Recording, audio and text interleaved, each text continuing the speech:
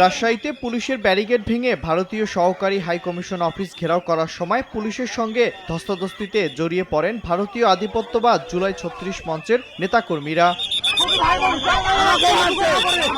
বৃহস্পতিবার দুপুরে ভদ্রার মোড়ে জড়ো হয়ে কর্মসূচি শুরু করে ভারতীয় আধিপত্য বিরোধী জুলাই ৩৬ মঞ্চ। পুলিশের প্রতিরোধের মুখে এক পর্যায়ে পিছু হটতে বাধ্য হন তারা। পরে আবারও নগরীর ভদ্রায় ভারতীয় সহকারী হাইকমিশন অফিসের সামনে বিক্ষোভ কর্মসূচি পালন করেন। কর্মসূচি ঘিরে ভারতীয় সহকারী হাইকমিশনের অফিসের চারদিকে আইনশৃঙ্খলা বাহিনীর বিপুল সংখ্যক সদস্য মোতায়েন করা হয়। আমরা একটি শান্তিপূর্ণ কর্মসূচি পালন করতে চেয়েছিলাম, তারা আমাদের চার্জ করছে।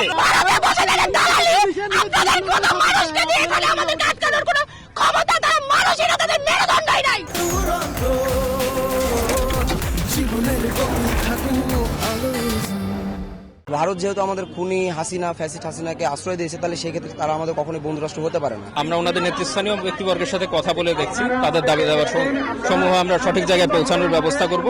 আশা করি জিনিসটার একটা শান্তিপূর্ণ সমাধান হবে। খুলনায় লং মার্চ টু সহকারী ভারতীয় হাইকমিশন অফিস কর্মসূচি পালিত হয়েছে। শান্তিদাম মোড় ঘুরে শামসুর রহমান রোডে অবস্থিত ভারতীয় সহকারী হাইকমিশনার কার্যালয়ের দিকে যায় মিছিলটি। পরে সিভিল সার্জন অফিসের সামনে পুলিশের ব্যারিকেডের মুখে পড়ে ছাত্র জনতা। সেই ব্যারিকেড ভেঙে আরও সামনে যাওয়ার চেষ্টা করলে কনভেনশন সেন্টারের সামনে মিছিলটি আটকে দেয় আইনশৃঙ্খলা বাহিনীর সদস্যরা। সেখানে কিছু সময় অবস্থানের পর কর্মসূচি শেষ হয়। মিরন আহমেদ, সময় সংবাদ।